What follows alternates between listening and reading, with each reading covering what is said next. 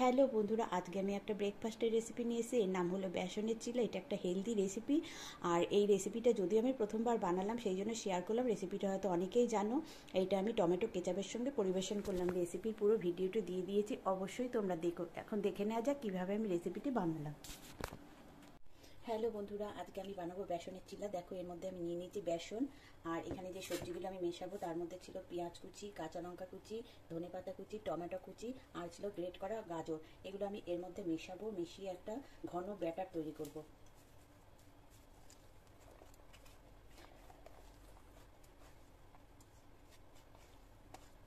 এই রেসিপিটা যদিও অনেকেই জানো, কিন্তু আমি এটা কোনোদিন বানাইনি, আজকেই প্রথমবার বানাচ্ছি, সেই জন্য রেসিপিটা আমি তোমাদের সঙ্গে একটু শেয়ার করলাম। আর দেবো একটু হলুদ গুঁড়ো, আর দেবো আন্দাজ মতো একটু লবণ। এবার এটার মধ্যে আমি একটু জল মিশিয়ে আমি এটা একটা ব্যাটার তৈরি করব।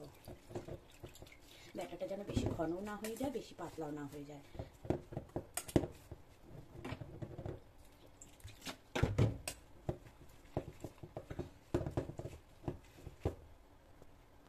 দেখো বন্ধুরা, ব্যাটারটা গুলে নিয়ে এইরকম ঘনত্ব আনতে হবে।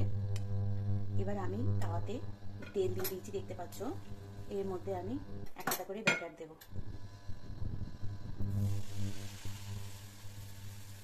এটা খেতে কিন্তু সুস্বাদুও হয়, আবার হেলদিও হয়। ব্রেকফাস্টের জন্য কিন্তু এটা খুবই ভালো। এটা যদিও অনেক পুরনো রেসিপি, কিন্তু আমি আজকে প্রথমবার করলাম, তাই আমি রেসিপিটা তোমাদের সাথে শেয়ার করলাম। তোমরা অনেকেই হয়তো জানো না, তারাও একবার দেখে নিয়ে রেসিপিটা ট্রাই করো, ভালো লাগবে। এটার নাম হলো বেসনের চিলা।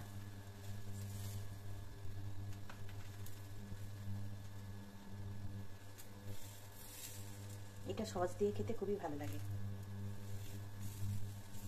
আবার এর মধ্যে যদি একটু ডিম ফাটিয়ে দাও, সেটাও কিন্তু খারাপ লাগবে না।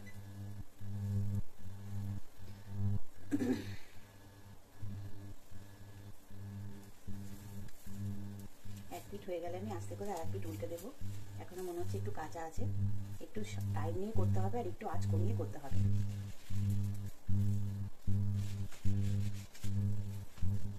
এই দেখো, উল্টে দিলাম। আর একটু রাখলে ভালো হতো, সাইড দিয়ে আর একটু তেল দিই। তেলও কিন্তু বেশি লাগে না, খুব সামান্য তেলেই এটা হয়ে যায়। যারা একদমই তেল খাও না, মানে খুবই সামান্য তেল খাও, তারা একটু ব্রাশে করে তেল ব্রাশ করেও এটা করতে পারো।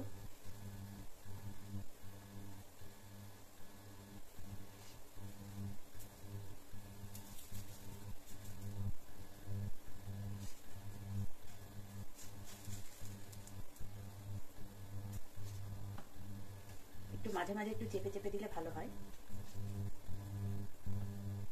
এর মধ্যে তোমরা ক্যাপসিকামও দিতে পারো, আমার ক্যাপসিকামটা ছিল না দেখে আমি দেইনি।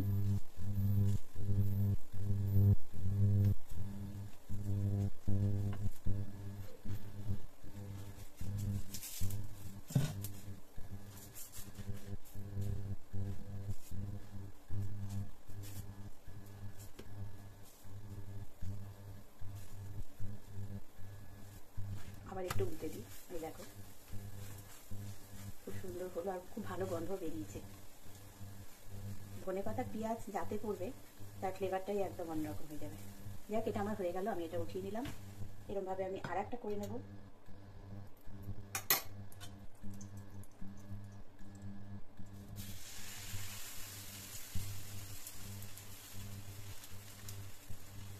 একটু সময় লাগে ঠিকই, কিন্তু খেতে কিন্তু খুবই ভালো হয়। ঠিক আছে, দেখতে থাকো, আমি এরপরে সার্ভ করব।